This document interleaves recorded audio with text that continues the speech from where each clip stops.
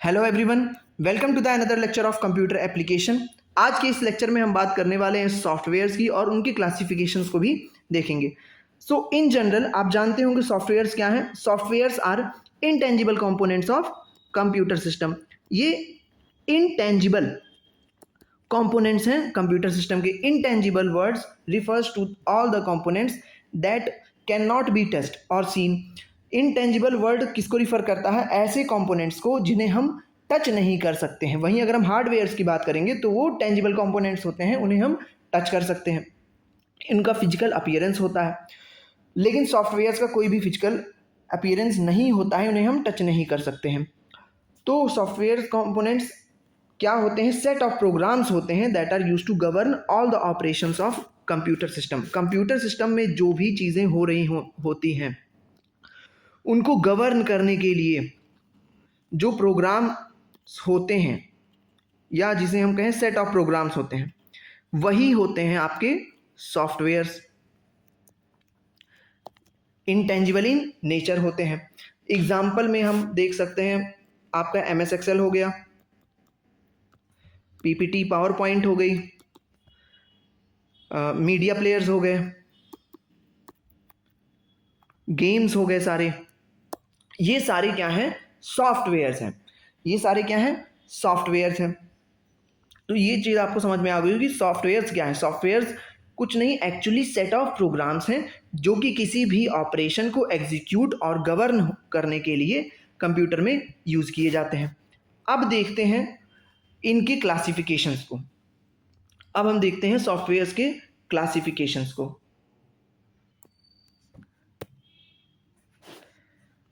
Softwares को कुछ हम इस तरीके से क्लासिफाई कर सकते हैं।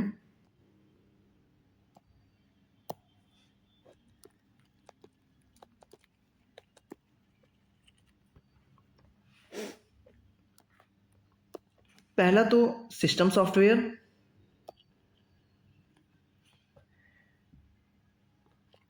दूसरा है प्रोग्रामिंग टूल्स,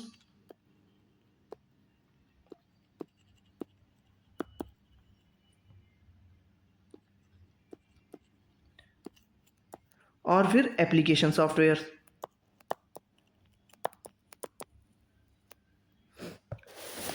तो ये मेजर क्लासिफिकेशन है सॉफ्टवेयर्स के। अब इनके फर्दर क्लासिफिकेशंस हैं। सिस्टम सॉफ्टवेयर के ही अंडर आता है आपका ऑपरेटिंग सिस्टम, जिसे हम OS भी कहते हैं। और क्या आता है? आपके सारे सिस्टम यूटिलिटीज, जिन्हें हम यूटिलिटी सॉफ्टवेयर कह सकते हैं।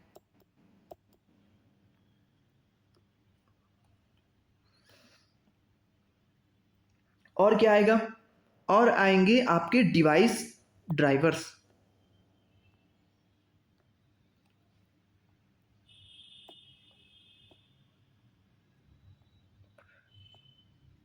Device drivers.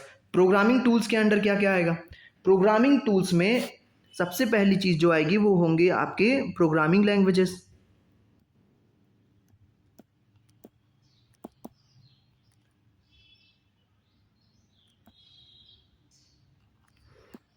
और दूसरा आपके ट्रांसलेटर्स, लैंग्वेज ट्रांसलेटर्स।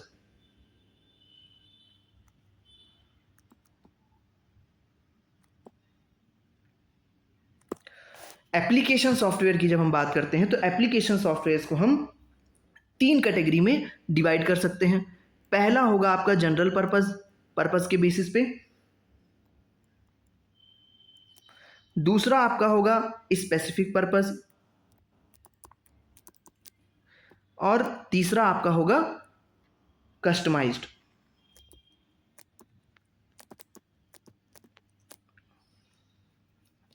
तो ये क्या है? एक ब्रॉड रिप्रेजेंटेशन है क्लासिफिकेशन ऑफ सॉफ्टवेयर्स का। अब एक एक करके इन सारी चीज़ों को हम देखते हैं। ऑपरेटिंग सिस्टम की जब हम बात करते हैं, ऑपरेटिंग सिस्टम बहुत ही इंपॉर्टेंट है आपके सिलेबस के लिए। तो ऑपरेटिंग सिस्टम होता क्या है?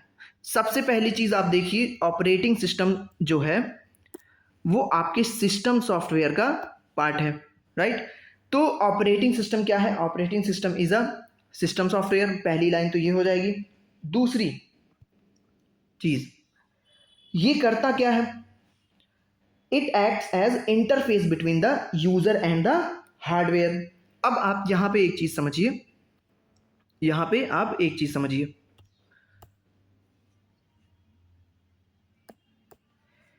ये यूजर है। यूजर क्या करता है, जब भी आप कंप्यूटर को यूज करते हैं तो आपका मोटिव क्या होता है, हार्डवेयर को एक्सेस करना। हार्डवेयर को एक्सेस करना मीन्स आप ऐसे समझिए, आपको कोई वीडियो प्ले करना है या ऑडियो प्ले करना है, आपको गाने चलाने हैं, तो आपके गाने आप किससे चलाएंगे, स्पीकर से चलेंगे वो, राइट। तो आप हार्डवेयर को एक्सेस करना चाह रहे हैं, पर आप डायरेक्टली हार्डवेयर को एक्सेस नहीं कर सकते हैं। उसके लिए आप क्या करेंगे, यूज़र क्या करेगा, सबसे पहले काम करेगा वो एप्लीकेशन को यूज़ करेगा। वो एप्लीकेशन को यूज़ करेगा जो कि एक सॉफ्टवेयर है। एप्लीकेशन को कैसे यूज़ करेगा, जैसे उसने क्या किया, उसने कोई मीडिया प्लेयर ओपन कर लिया, उसमें ढेर सारे सॉन्ग्स होंगे, गाने होंगे या वीडियो होगा, ठीक। और वो एप्लीकेशन क्या करेगा, वो एप्लीकेशन यूज़ करेगा ऑपरेटिंग सिस्टम का, जिस पर उसे रन करना है। फिर से समझिए, ये यूज़र है मीन्स आप हैं, आपको वीडियो चलाना है, वीडियो चलेगा कैसे, या ऑडियो चलाना है, स्पीकर का यूज़ होगा उसमें। स्पीकर क्या है, एक हार्डवेयर है। आप डायरेक्टली स्पीकर को एक्सेस कर नहीं सकते हैं, तो आप क्या करेंगे, आप कोई मीडिया प्लेयर ओपन करेंगे। कोई मीडिया प्लेयर, जैसे आपने वीएलसी ओपन कर लिया। अब वीएलसी मीडिया प्लेयर एक क्या है, एक एप्लीकेशन है, और वो एप्लीकेशन रन किस पे करेगा, वो एप्लीकेशन रन करेगा ऑपरेटिंग सिस्टम पे, जो कि आपका है विंडोज़। सो वो विंडोज़ एक प्लेटफॉर्म दे रहा है एप्लीकेशंस को रन कराने का, राइट। अब उस प्लेटफॉर्म का यूज़ करके आपका वीएलसी ओपन होगा और उससे आप सॉन्ग को सेलेक्ट करेंगे और वो सॉन्ग हार्डवेयर को एक्सेस करने में आपकी हेल्प करेगा। इस तरीके से आप हार्डवेयर को एक्सेस कर पाएंगे। तो ऑपरेटिंग सिस्टम का यहाँ पे आपको रोल समझ में आ गया होगा। ऑपरेटिंग सिस्टम का क्या रोल है, ऑपरेटिंग सिस्टम एक तो इंटरफेस की तरह वर्क कर रहा है यूजर और हार्डवेयर के बीच में, यूजर और कंप्यूटर सिस्टम के बीच में। दूसरा क्या है,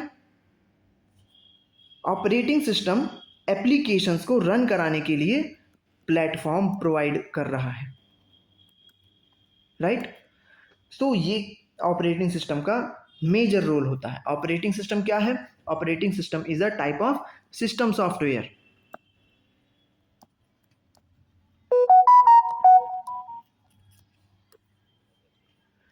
Operating system is a type of system software that acts as an interface between the user and system. Also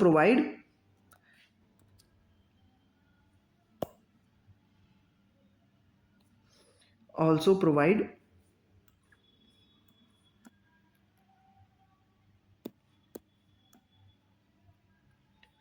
platform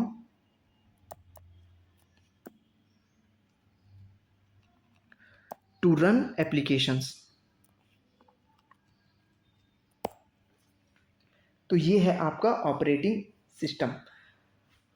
इसको आप ऐसे समझिए, ऑपरेटिंग सिस्टम एक मैनेजर की तरह वर्क कर रहा है। जैसे कोई रेस्टोरेंट है या कोई होटल है, उसमें एक मैनेजर होता है ना, वो कस्टमर को और होटल को मैनेज करने का काम करता है।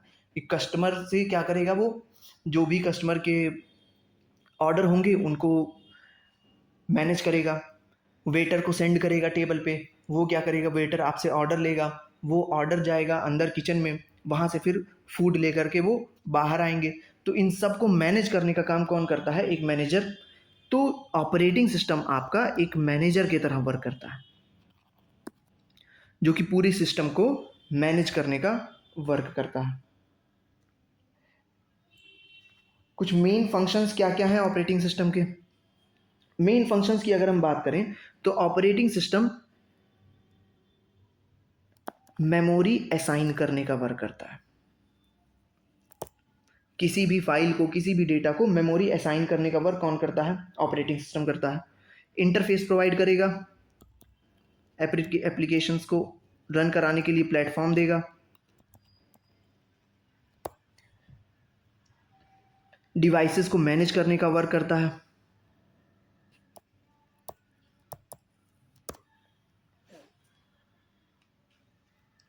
और क्या करता है? कोऑर्डिनेशन मेंटेन करता है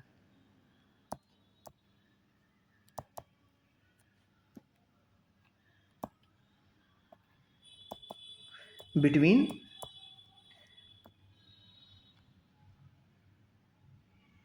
हार्डवेयर कंपोनेंट्स।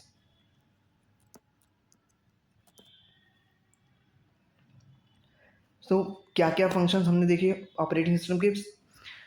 सबसे पहली चीज़ हमने देखा ऑपरेटिंग सिस्टम में एक सॉफ्टवेयर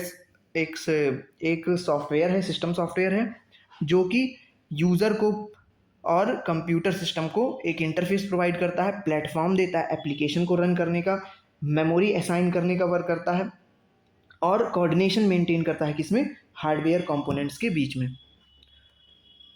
अब ऑपरेटिंग सिस्टम में एक और चीज़ है समझने वाली, उसको समझते हैं। ऑपरेटिंग सिस्टम में एक चीज़ होती है कर्नेल,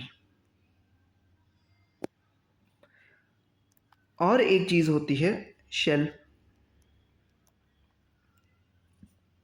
ये दो पार्ट हैं ऑपरेटिंग सिस्टम के।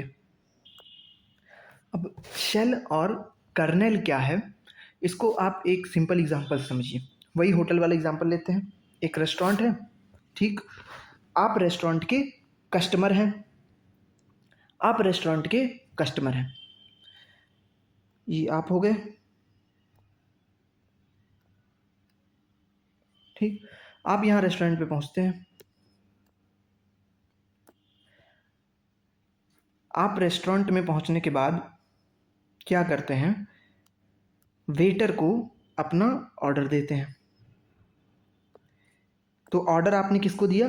वेटर को। वो वेटर कौन है? वो वेटर है आपका शेल। क्या वेटर ही आपको सारी चीज़ें बना करके ला करके दे देता है? एज्यूम करिए आपने ऑर्डर किया बर्गर या पिज़्ज़ा, कुछ भी ऑर्डर किया आपने, अपने चीज़ें आपने क्या किया? शेल यानी वेटर को ऑर्डर दिया। तो क्या यही वो इंसान है जो उस चीज़ को प्रिपेयर करके आपको वापस ला करके देगा? वो ऐसा तो है नहीं। तो ये क्या करता है? ये जाएगा ऑर्डर लेकर के आपका किचन के अंदर, किचन यानी कर्नेल के अंदर। कर्नेल को वो आपका ऑर्डर समझाएगा कि कस्टमर को चाहिए बर्गर विद एक्स्ट्रा चीज़।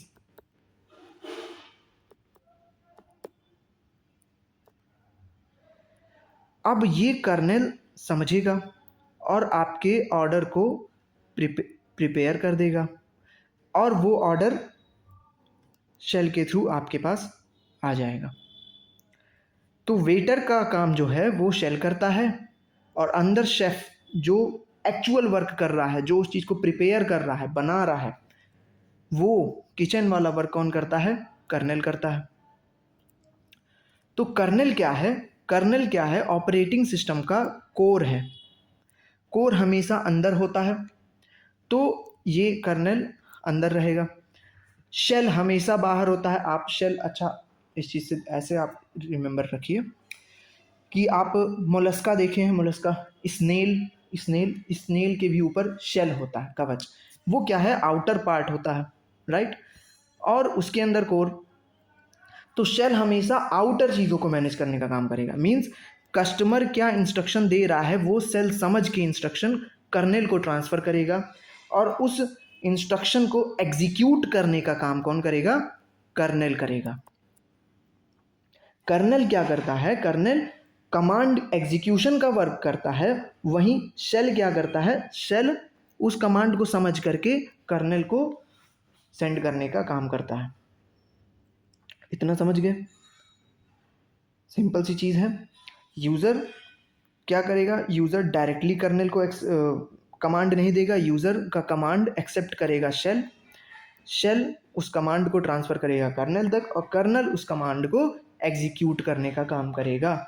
तो शेल क्या कर रहा है? कर्नल और यूज़र के बीच में एक ब्रिज का वर्क कर रहा है।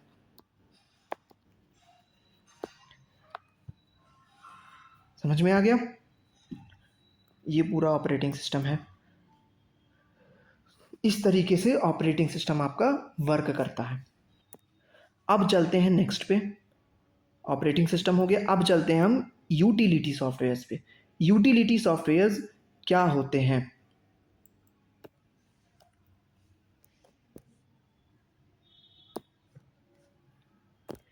यूटिलिटी सॉफ्टवेयर्स क्या है?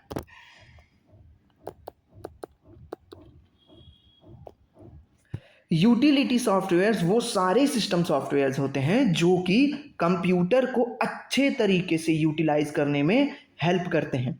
Means utility softwares are the system software that manages computer system performance and functionality that makes system run smoothly. जो सिस्टम को स्मूथ रन कराने में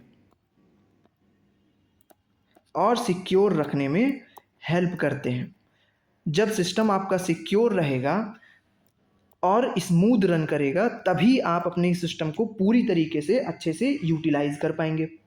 जैसे आपका कंप्यूटर सिस्टम है, आपके कंप्यूटर सिस्टम में कोई वायरस एंटर कर गया, अब कंप्यूटर सिस्टम आपका सिक्योर नहीं है तो कंप्यूटर सिस्टम स्लो डाउन हो जाएगा, आपके डेटा इरेज हो जाएंगे, गायब हो जाएंगे, लीक हो सकते हैं इधर उधर। तो आप सिस्टम को पूरी तरीके से अच्छे से प्रॉपरली उस सिस्टम का यूटिलाइजेशन नहीं कर पाएंगे। वहीं यूटिलिटी सॉफ्टवेयर जब वर्क करेगा, यूटिलिटी सॉफ्टवेयर वर्क करेगा तो ये क्या क्या फंक्शंस आपको देगा? यूटिलिटी सॉफ्टवेयर के कुछ मेन फंक्शंस हैं, जैसे इनक्रिप्शन डिक्रिप्शन, सिस्टम रीस्टोर,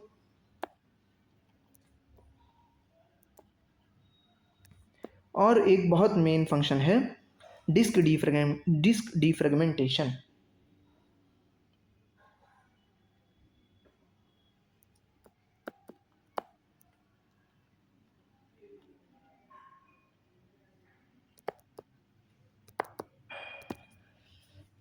और एंटीवायरस भी इसी के अंडर आता है जो कि आपके सिस्टम को सिक्योर रखने में हेल्प करता है। तो यूटिलिटी सॉफ्टवेयर्स क्या है? वो सारे सॉफ्टवेयर जो सिस्टम को प्रॉपरली यूटिलाइज करने में हेल्पफुल करते हैं by running the system smoothly. And utility softwares are the part of system software. आपके आपके ऑपरेटिंग सिस्टम भी सिस्टम सॉफ्टवेयर के पार्ट हैं, यूटिलिटी सॉफ्टवेयर भी सिस्टम सॉफ्टवेयर के पार्ट हैं। ऑपरेटिंग सिस्टम क्या कर रहा है? ऑपरेटिंग सिस्टम मैनेज कर रहा है, इंटरफेस प्रोवाइड कर रहा है, प्लेटफॉर्म दे रहा है एप्लीकेशन को रन करने के लिए। यूटिलिटी सॉफ्टवेयर क्या कर रहा है? यूटिलिटी सॉफ्टवेयर कंप्यूटर सिस्टम की फंक्शनैलिटी को और परफॉर्मेंस को इन्हेंस करने का काम कर रहा है कि आपका जो कंप्यूटर सिस्टम है वो स्मूथ रन करे और सिक्योर्ड रहे। अब आते हैं एक एक यूटिलिटी को ब्रीफली देख लेते हैं। इंक्रिप्शन डिक्रिप्शन मैंने आपको बताया है। इंक्रिप्शन का मतलब होता है जब आप डेटा को साइफर टेक्स्ट में कन्वर्ट कर देते हैं, मींस ऐसा टेक्स्ट जो कि अनरीडेबल फॉर्म में होता है जिसे कोई रीड नहीं कर सकता है। डिक्रिप्शन उसी का उल्टा होता है, साइफर टेक्स्ट से नॉर्मल टेक्स्ट में कन्वर्ट हो जाना जिससे कोई भी उसे रीड कर सके। रीडेबल फॉर्म में डेटा का कन्वर्ट होना ही हम डिक्रिप्शन कहते हैं। अब दूसरी चीज़ क्या है? System restore. रीस्टोर का मतलब फिर से स्टोर करना, सिस्टम को फिर से पहले जैसे स्टेज में रीस्टोर कर देना। ये क्या है? ये ऐसा सॉफ्टवेयर है, it is responsible for recovering your computer system to the previous stage. जो प्रीवियस स्टेज में आपका कंप्यूटर था उसी स्टेज में आपके कंप्यूटर को रीस्टोर कर देना, डिफ़ॉल्ट सारी सेटिंग कर देना। जैसे आपके फ़ोन में भी सिस्टम रीस्टोर का ऑप्शन होता है। बैकअप एंड रीस्टोर का ऑप्शन होता है आपके फ़ोन में। जैसे ही आप सिस्टम रीस्टोर करते हैं, सारी सेटिंग्स क्या होती हैं, बाय डिफ़ॉल्ट में चेंज हो जाती हैं। सारी डिफ़ॉल्ट सेटिंग्स फिर से वहाँ पे अप्लाई हो जाती है। तो प्रीवियस स्टेज में सिस्टम को लेकर के चले जाना, ये कौन कर रहा है, सिस्टम रीस्टोर कर रहा है, जो कि पार्ट है एक यूटिलिटी सॉफ्टवेयर का। अब आते हैं एंटीवायरस पे। एंटीवायरस क्या है, जो आपको वायरस से प्रोटेक्शन प्रोवाइड कर रहा है। It gives you protection against malware and viruses. Malware आपको मैं नेक्स्ट किसी चैप्टर में पढ़ाऊंगा, नेटवर्किंग के बाद का चैप्टर है साइबर सिक्योरिटी, उसमें मैं आपको मैलवेयर के बारे में पढ़ाऊंगा। ऐसे सॉफ्टवेयर जो कंप्यूटर सिस्टम को हार्म करते हैं वो मैलवेयर्स होते हैं। तो मैलवेयर से प्रोटेक्शन का काम कौन करता है, एंटीवायरस हमें मैलवेयर से प्रोटेक्ट करने का काम करता है, जिससे हमारा सिस्टम स्मूथ रन करेगा और सिक्योर रहेगा। अब आते हैं हम डिस्क डीफ्रेगमेंटेशन पे। डिस्क डीफ्रेगमेंटेशन क्या है,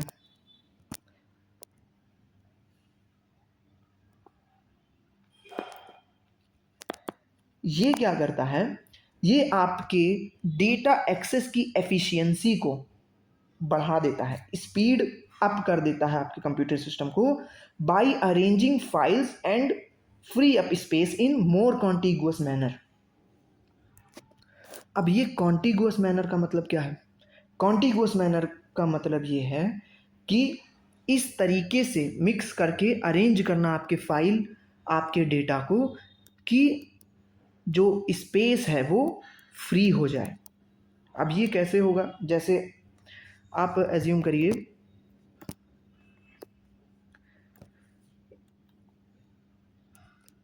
ये आपका मेमोरी स्पेस है, ये आपका मेमोरी स्पेस है। अब इसमें यहाँ से यहाँ तक की कोई फाइल है,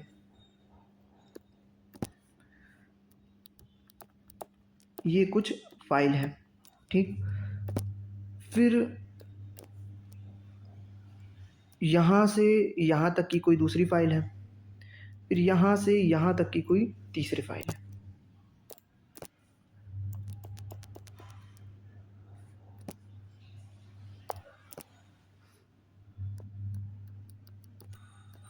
ये कोई कुछ 3 फाइलें हैं आपके कंप्यूटर सिस्टम में, जो कि इस तरीके से स्पेस को ऑक्युपाई की हुई हैं।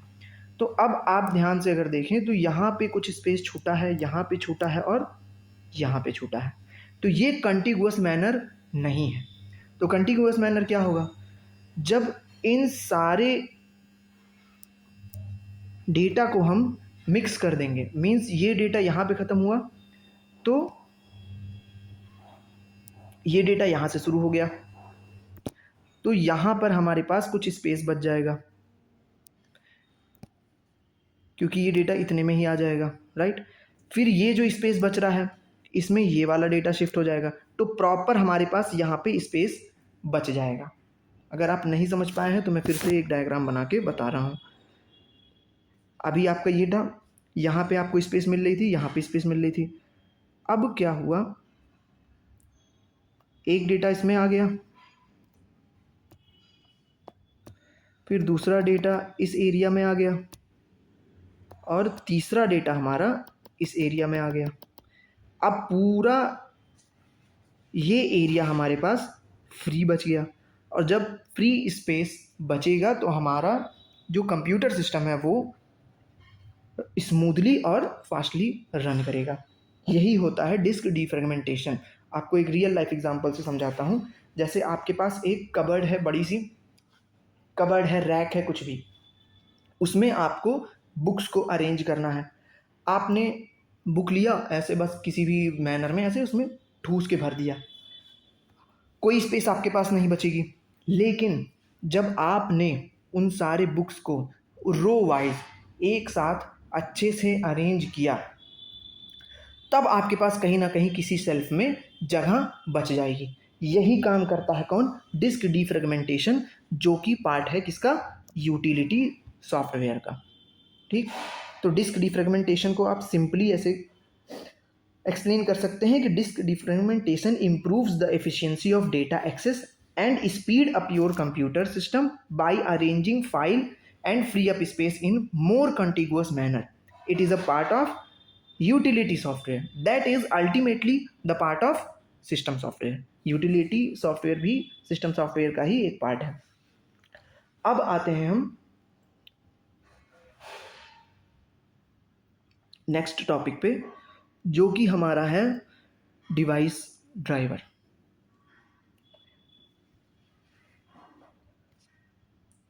अभी तक हमने क्या पढ़ा? ऑपरेटिंग सिस्टम को पढ़ा, यूटिलिटी सॉफ्टवेयर और उनके कुछ पार्ट को पढ़ा. यूटिलिटी सॉफ्टवेयर के अंडर हमने क्या क्या पढ़ा? Encryption decryption, system restore, antivirus, disk defragmentation. ये 4 चीज़ें हमने यूटिलिटी सॉफ्टवेयर के अंडर पढ़ी. अब हमें पढ़ना है डिवाइस ड्राइवर. डिवाइस ड्राइवर क्या होता है? डिवाइस ड्राइवर, अगर आप नेम पे ध्यान दें,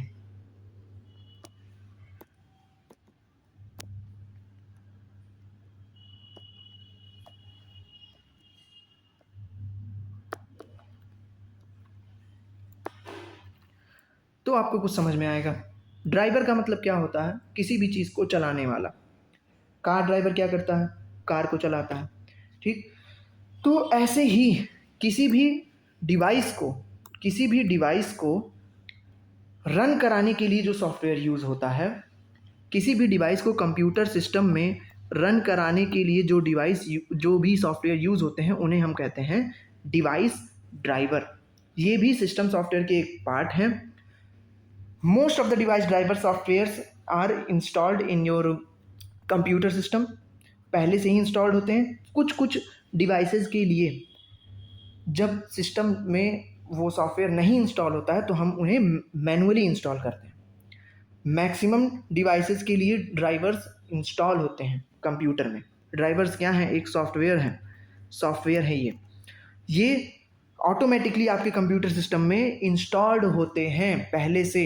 कुछ डिवाइसेस के लिए, अब तो मैक्सिमम डिवाइसेस के लिए, पुराने कंप्यूटर्स में कुछ डिवाइसेस के लिए नहीं होते थे. जैसे मान लिया आपके कंप्यूटर में आपने कीबोर्ड इंसर्ट किया तो वर्क कर रहा होगा, माउस इंसर्ट किया वो भी वर्क करेगा.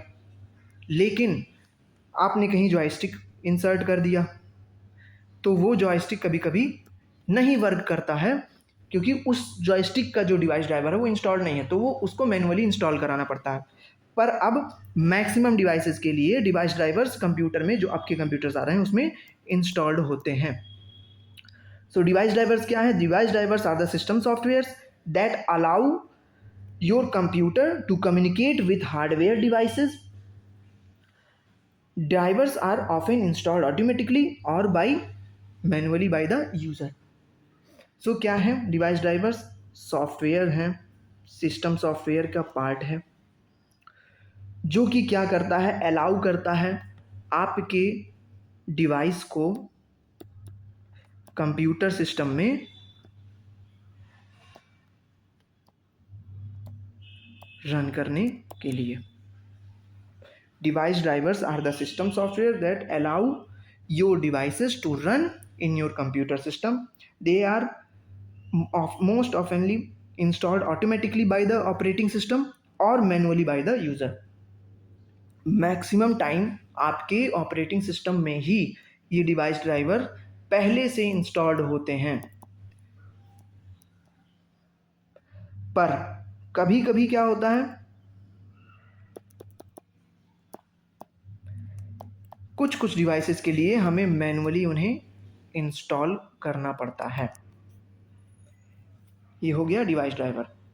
सिंपली कैसे समझेंगे? जितने भी हम पेरिफेरल डिवाइसेस यूज़ करते हैं, आपका पीडी हो गया, पेन ड्राइव, आपका कीबोर्ड हो गया, आपका माउस हो गया, जॉयस्टिक हो गया, स्पीकर हो गया, प्रिंटर हो गया, ये सारे डिवाइसेस को कंप्यूटर सिस्टम में रन कराने के लिए हमें एक सॉफ्टवेयर की ज़रूरत पड़ती है. उसी सॉफ्टवेयर को हम कहते हैं device driver. So the system software that is use to run the devices inside the computer in a computer, that software can be referred as the device driver. ये कम्युनिकेशन इस्टेब्लिश करता है computer से और जो device है उनके बीच में। समझ गए? अब चलते हैं नेक्स्ट पे, जो कि हमारा है टॉपिक प्रोग्रामिंग लैंग्वेजेस। अब प्रोग्रामिंग लैंग्वेजेस क्या होती हैं आप सभी लोग जान रहे होंगे।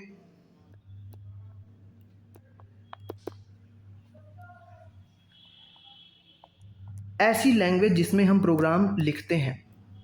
किसी भी प्रोग्राम को बनाने के लिए जो लैंग्वेज हम यूज़ करते हैं उन्हें हम प्रोग्रामिंग लैंग्वेज कहते हैं। जैसे आपका पाइथन है, आपका C++ है, आपका जावा है, रूबी है। ये सारे क्या हैं? प्रोग्रामिंग लैंग्वेजेस, जो कि हमें फीचर देते हैं किसी भी प्रोग्राम को बनाने का। नेक्स्ट है हमारा लैंग्वेज ट्रांसलेटर्स।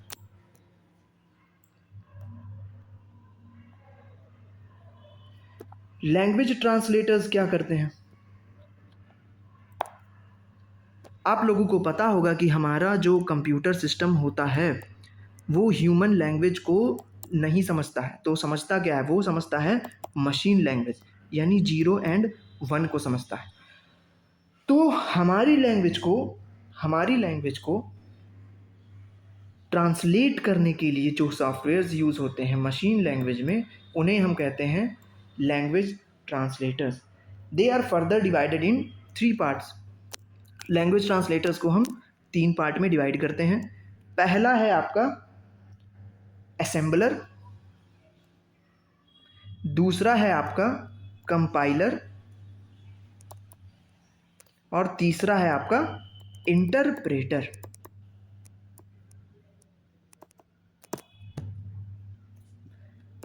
एक एक करके इन तीनों को हम ब्रीफली समझते हैं।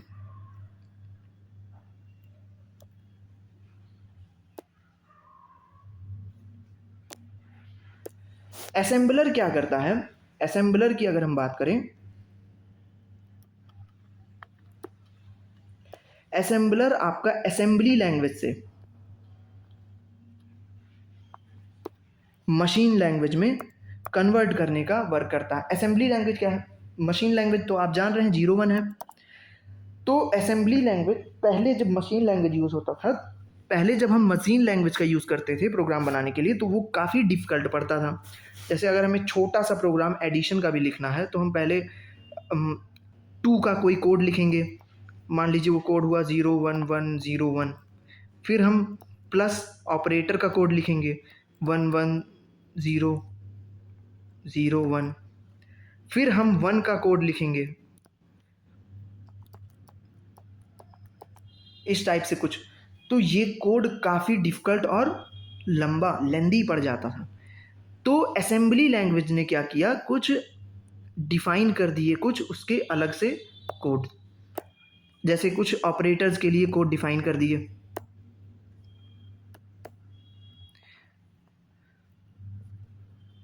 तो वो क्या हो गया? वो पहले से कुछ हद तक सिंपल हो गया। जैसे अब क्या लिखना है, तो अब अगर हमें 1 + 2 कराना है तो हम 1 का कोड लिखेंगे, फिर प्लस के कोड की जगह हम ऐड लिख देंगे, या सम, div, डिव, डिवाइड के लिए यूज़ होने वाले ये सारे टर्म्स बना दिए। फिर उसके बाद आ जाएगा 2 का कोड। तो इस तरीके से हम असेंबली लैंग्वेज का यूज़ करते थे, जो कि मशीन लैंग्वेज से थोड़ा सा ईजी पड़ता था। तो इस असेंबली लैंग्वेज से मशीन लेवल लैंग्वेज में कन्वर्ट करने के लिए जो ट्रांसलेटर यूज़ होता है उसे हम असेंबलर कहते हैं। असेंबलर अब उतना यूज़ नहीं होता है। अब हम आते हैं कंपाइलर पे। कंपाइलर क्या है? कंपाइलर एक बड़ा टर्म है। अगर कंपाइलर वर्ड की हम बात करें तो कंपाइल करने का मतलब होता है इकट्ठा करना, एक साथ करना। तो कंपाइलर वर्ड क्या करता है? आपके हाई लेवल लैंग्वेज को लो लेवल लैंग्वेज में कन्वर्ट करने का वर्क करता है। हाई लेवल लैंग्वेज जो आप जनरली यूज़ करते हैं वो हाई लेवल लैंग्वेज है। लो लेवल लैंग्वेज 0 1 बाइनरी, वो लो लेवल लैंग्वेज है। अब कंपाइलर मैंने बोला एक ब्रॉड टर्म है, बड़ा टर्म है। कंपाइल करने का मतलब होता है एक साथ करना, कंप्लीट। आप यहाँ से इसको याद रखेंगे, कंप्लीट। तो ये पूरे कंप्लीट प्रोग्राम का एग्जीक्यूशन और ट्रांसलेशन एक बार में कर देता है, in one go. It translate the whole program in one go, एक बार में कंपाइलर पूरे प्रोग्राम को ट्रांसलेट कर देगा। वहीं अगर हम बात करें इंटरप्रेटर की,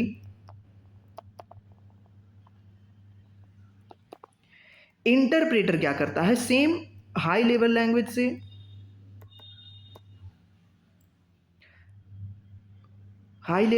से लो लेवल लैंग्वेज में कन्वर्ट करने का वर्क करता है, लेकिन लाइन बाय लाइन एग्जीक्यूशन होता है इसमें। एक लाइन को कन्वर्ट करेगा, फिर दूसरी लाइन को कन्वर्ट करेगा, लाइन बाय लाइन ये ट्रांसलेट करने का वर्क करता है। कंपाइलर और इंटरप्रेटर में जनरली लोग कंफ्यूज हो जाते हैं कि कौन सा ट्रांसलेटर एक बार में कन्वर्ट करता है, कौन सा ट्रांसलेटर लाइन बाय लाइन करता है। तो अगर आप कंपाइलर याद कर लेंगे तो इंटरप्रेटर अपने आप याद हो जाएगा। कंपाइलर में एक वर्ड छुपा है COMP, जिसको आप कंप्लीट टर्म से रिलेट कर सकते हैं। तो कंप्लीट प्रोग्राम का एग्जीक्यूशन, ट्रांसलेशन एक बार में कंपाइलर कर देगा। बच गया इंटरप्रेटर, तो इंटरप्रेटर लाइन बाय लाइन कर देगा, और असेंबलर असेंबली लैंग्वेज को कर देगा कन्वर्ट। तो ये हो गए आपके सारे लैंग्वेज ट्रांसलेटर्स। अच्छा, अब एरर डिटेक्शन के लिए, bug fixing and error detection के लिए आपका कौन सा ज़्यादा तो एरर डिटेक्शन के लिए हमारा इंटरप्रेटर ज़्यादा यूज़फुल होता है, क्योंकि कंपाइलर जो है एक साथ प्रोग्राम को ट्रांसलेट करता है, लेकिन interpreter line by line execution करता है, तो हर एक लाइन में वो एरर डिटेक्ट कर लेता है। तो डीबगिंग इसमें डीबगिंग फास्ट हो जाती है। किसमें फास्ट हो जा रही है, इंटरप्रेटर में हमारी डीबगिंग हो जाएगी फास्ट। वहीं कंपाइलर में हम बात करें तो डीबगिंग हमारी हो जाएगी स्लो। डीबगिंग स्लो किसमें, कंपाइलर में। डीबगिंग फास्ट किसमें, इंटरप्रेटर में। कंपाइलर का यूज़ मोस्टली होता है C और C++ में, वहीं इंटरप्रेटर का यूज़ होता है जावा में, पाइथन में, PHP में भी यूज़ किया जाता है इंटरप्रेटर का। ये सारी चीज़ें आपको समझ में आ गई होंगी। अब हम बात करते हैं, बचा क्या, एप्लीकेशन सॉफ्टवेयर। अब एप्लीकेशन सॉफ्टवेयर की बात करते हैं। तो एप्लीकेशन सॉफ्टवेयर हैं क्या,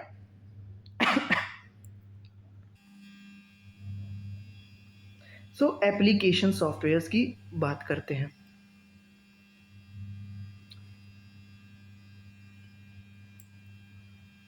फिर हम एप्लीकेशन सॉफ्टवेयर में और सिस्टम सॉफ्टवेयर में कुछ पॉइंट्स में डिफरेंस को भी देखेंगे। एप्लीकेशन सॉफ्टवेयर्स क्या हैं, application softwares are used to perform a particular task. एक पर्टिकुलर टास्क को परफॉर्म करने के लिए जो सॉफ्टवेयर्स यूज होते हैं उन्हें हम एप्लीकेशन सॉफ्टवेयर्स या शॉर्ट फॉर्म में एप्स कहते हैं। जैसे अगर आप देखें, पर्टिकुलर टास्क मैं क्यों कह रहा हूँ, जैसे अगर आप देखें MS वर्ड एक एप्लीकेशन सॉफ्टवेयर है, और MS वर्ड में हम सिर्फ और सिर्फ डॉक्यूमेंटेशन का ही काम करते हैं, राइट। MS वर्ड में क्या हम गेम भी खेल सकते हैं, क्या हम मीडिया भी चला सकते हैं, ऐसा कुछ नहीं है। MS वर्ड में हम सिर्फ डॉक्यूमेंटेशन का काम करेंगे, एक पर्टिकुलर टास्क को कर रहा है। वहीं अगर हम सिस्टम सॉफ्टवेयर की बात करें तो सिस्टम सॉफ्टवेयर आपका बहुत सारा काम कर रहा है।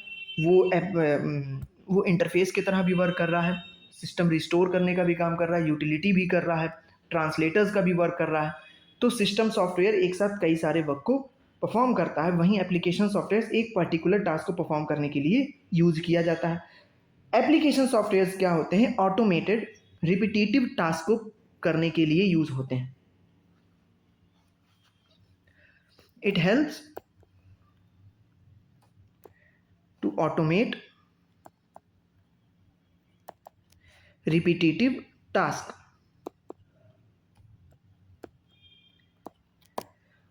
रिपीटेटिव टास्क जब आप ऑटोमेटेड करने लगते हैं, मीन्स ऑटोमेटिकली आपके एप्लीकेशंस उस एक टास्क को रिपीट कर दे रहे हैं, तो आपकी एफिशिएंसी बढ़ जाती है, आपका वर्क ज़्यादा फास्ट हो जाता है, तो प्रोडक्टिविटी आपकी इन्हेंस हो जाती है।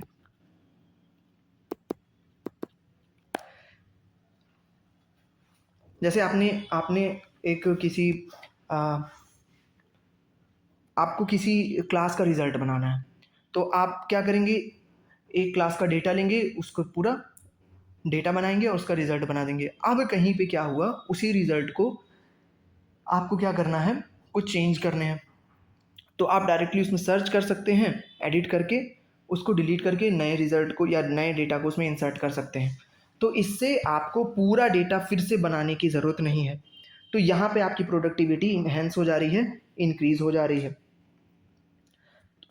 तो एप्लीकेशन सॉफ्टवेयर मैनेज और ऑर्गेनाइज करने में भी हेल्प करते हैं, जिससे भी आपकी प्रोडक्टिविटी इंक्रीज हो जाती है। अब एप्लीकेशन सॉफ्टवेयर्स के एग्जांपल्स क्या क्या हो सकते हैं। जो भी सॉफ्टवेयर्स आप अपने पर्पस के लिए यूज़ करते हैं, चाहे वो यूट्यूब हो, चाहे वो फ्लिपकार्ट हो, चाहे वो कोई VLC मीडिया प्लेयर जैसा कोई मीडिया प्लेयर हो, चाहे वो कोई पबजी जैसा गेम हो, ये सारे क्या हैं, एप्लीकेशन सॉफ्टवेयर हैं। ये सारे क्या हैं, एप्लीकेशन सॉफ्टवेयर हैं। आप अगर ध्यान देंगे तो ये सारे सॉफ्टवेयर्स एक पर्टिकुलर वर्क के लिए डेडिकेटेड हैं। यूट्यूब पे आप वीडियोस देख सकते हैं, स्क्रॉल कर सकते हैं, वो उसी के लिए यूज़ होगा। यूट्यूब पे आप प्रेजेंटेशन नहीं बना सकते। अगर मैं पावर पॉइंट की बात करूँ तो आप पावर पॉइंट पे प्रेजेंटेशन बना सकते हैं, वीडियोस नहीं चला सकते। गेम की बात करूँ तो गेम चला सकते हैं, वहाँ से कोई चीज़ ऑर्डर नहीं कर सकते हैं। वहीं फ्लिपकार्ट की बात करूँ तो फ्लिपकार्ट पे आप ऑर्डर करेंगे कोई सामान, ई कॉमर्स साइट है, ई कॉमर्स एप्लीकेशन है, वहाँ पे आप गेम नहीं खेल सकते। तो पर्टिकुलरली एक वर्क को डेडिकेटेड होते हैं सारे एप्लीकेशन सॉफ्टवेयर्स। अब हमें देखने हैं एप्लीकेशन सॉफ्टवेयर्स के कुछ क्लासिफिकेशंस। एप्लीकेशन सॉफ्टवेयर्स के एग्जांपल्स क्या होंगे, कुछ भी, जितने भी चीज़ आप यूज़ करते हैं, आपका YouTube, Flipkart, Amazon, media player, Google Chrome, सारी चीज़ें एप्लीकेशंस हैं, सारे एप्लीकेशन हैं। अब हम चलते हैं एप्लीकेशन सॉफ्टवेयर की कैटेगरी पे। एप्लीकेशन सॉफ्टवेयर्स को कैटेगराइज किया गया है।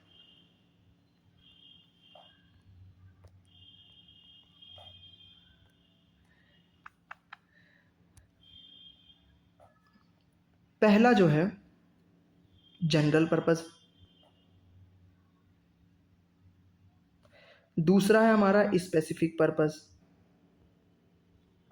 और तीसरा और लास्ट है हमारा कस्टमाइज।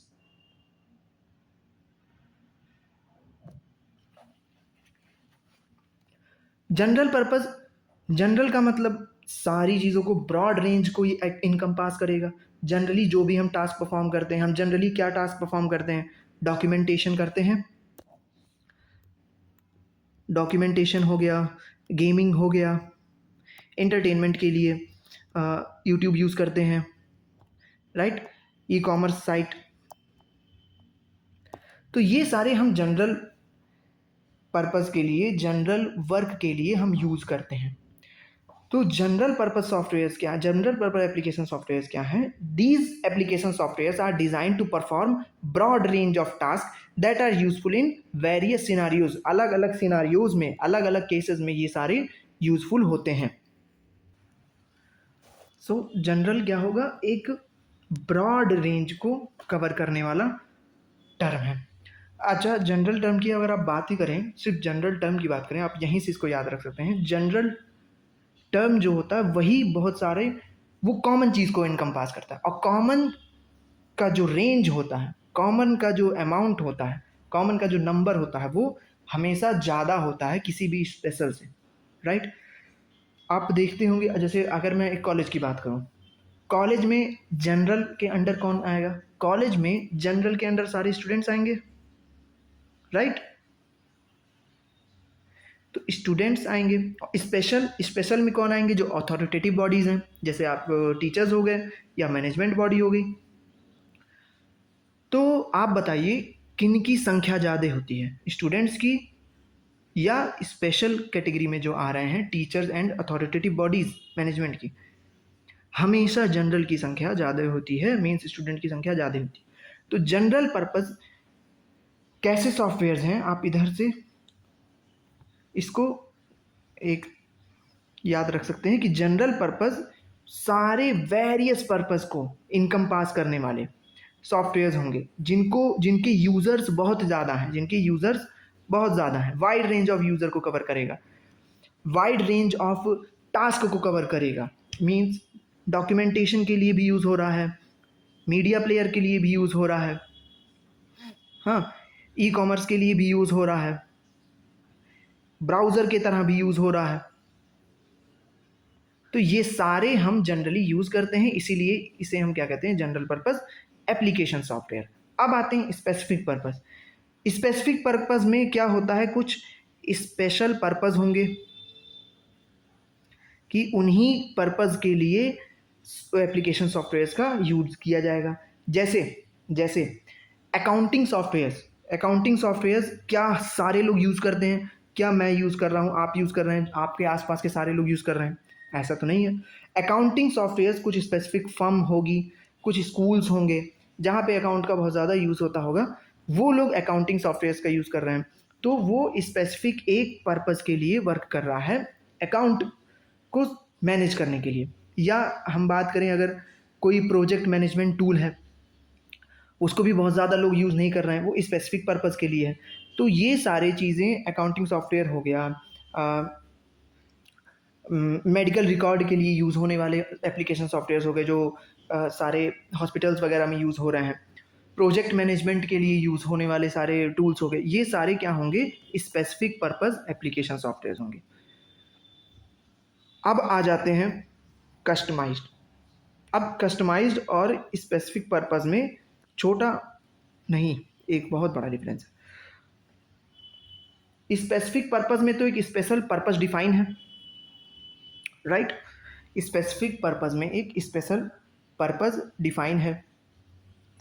कस्टमाइज में स्पेशल पर्पज़ तो डिफाइन है, पर ये कस्टमाइज क्या करता है, जो भी फर्म इसे यूज़ कर रहा है उस फर्म के लिए ये टेलर्ड होता है, मीन्स उसी के अकॉर्डिंग ये वर्क करेगा। जैसे अगर मैं आपको एक छोटा सा एग्जांपल दूं, क्लॉथ की हम बात करें, कपड़ों की बात करें, जनरल टर्म की अगर हम बात करें, जनरल पर्पज़ में वो सारे कपड़े आ जाएंगे, ठीक। T shirt, shirt, lower, jeans, सब कुछ आ जाएगा। स्पेसिफिक में हम बात करें तो स्पेसिफिक में अगर हम टी शर्ट की बात कर रहे हैं तो सारे टी शर्ट्स को लेंगे, जीन्स की बात कर रहे हैं तो सारे जीन्स को लेंगे। अब ये स्पेसिफिक में क्या हुआ, मैं कोई आदमी जाता है और वो टी शर्ट ऑर्डर करके टी शर्ट लेकर के चला आता है। लेकिन जब कस्टमाइज़ की बात करते हैं तो कस्टमाइज़ टर्म टेलर्ड को डिफाइन करता है, मीन्स कोई गया, अपने साइज़ की टी शर्ट ऑर्डर की, अपने तरीके की टी शर्ट ऑर्डर की, अपने अकॉर्डिंग उस टी शर्ट पे उसने प्रिंट करवाए, उस टी शर्ट के कलर में चेंज करवाया, या उस टी शर्ट पे कुछ लिखवा दिया, तो ये क्या हो गया, कस्टमाइज हो गया। समझ में आ गया? तो ये है कस्टमाइज। कस्टमाइज में जैसे इन्वेंट्री मैनेजमेंट मीन्स जैसे गोदाम है, कोई एक दुकानदार है, कोई एक फर्म है, उसका गोदाम है, अब उस इन्वेंट्री को मैनेज करने के लिए उसने किसी भी डेवलपर से एक सॉफ्टवेयर बनवाया कि मेरे पास ये सारे प्रोडक्ट्स हैं और इन सारे प्रोडक्ट्स को मुझे इस गोदाम में अरेंज करके रखना है, तो आप इसके अकॉर्डिंग एक सॉफ्टवेयर को डिज़ाइन कर दीजिए। तो वो किसके अंडर आएगा, कस्टमाइज के अंडर आएगा। कस्टमाइज जो होंगे उनका पेमेंट भी ज़्यादा होगा, उससे थोड़ा कम पेमेंट स्पेसिफिक का होगा, और सबसे कम या फ्री ऑफ कॉस्ट कौन से होंगे, जनरल पर्पस होंगे, right. Wide range of users किस में होंगे, जनरल में, उससे लेस स्पेसिफिक में, सबसे कम कस्टमाइज में। ये हो गया आपका एप्लीकेशन सॉफ्टवेयर और इसके क्लासिफिकेशंस। अब हम बात कर लेते हैं कुछ पॉइंट्स में एप्लीकेशन और सिस्टम सॉफ्टवेयर्स में डिफरेंस की, क्योंकि ये अक्सर क्वेश्चन आ जाता है। तो अगर हम देखें, एक तरफ ऐप्स की बात कर लें और दूसरी तरफ हम बात कर लें सिस्टम सॉफ्टवेयर्स की, तो एप्लीकेशंस क्या हैं, परफॉर्म्स पर्टिकुलर टास्क,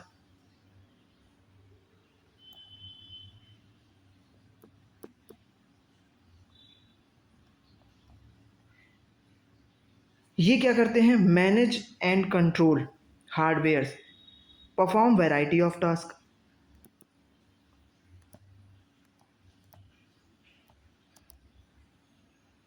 ये रियल वर्ल्ड प्रॉब्लम को सॉल्व करने के लिए बने हैं।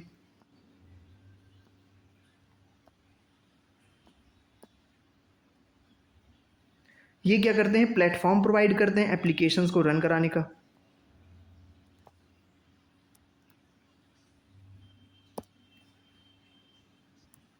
एक और बहुत इंपॉर्टेंट डिफरेंस क्या हो सकता है,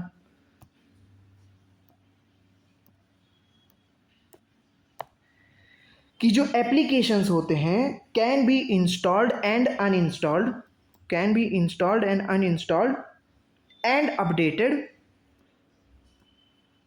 बाय द यूजर।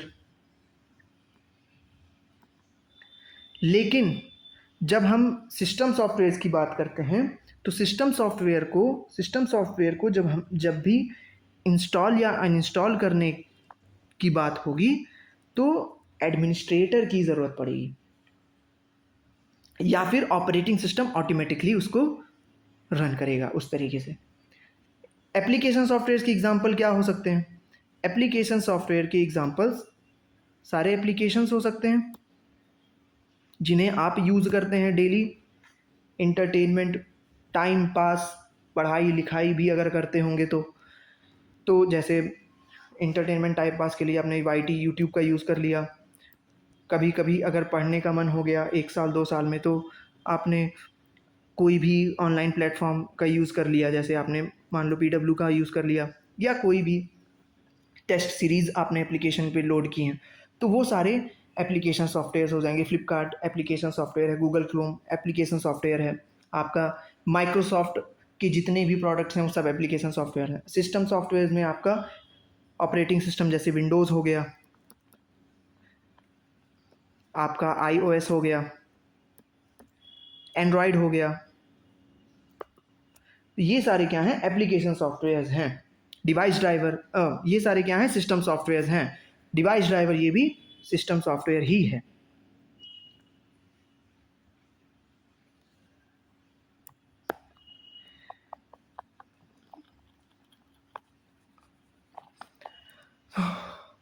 तो आज हमने क्या समझा,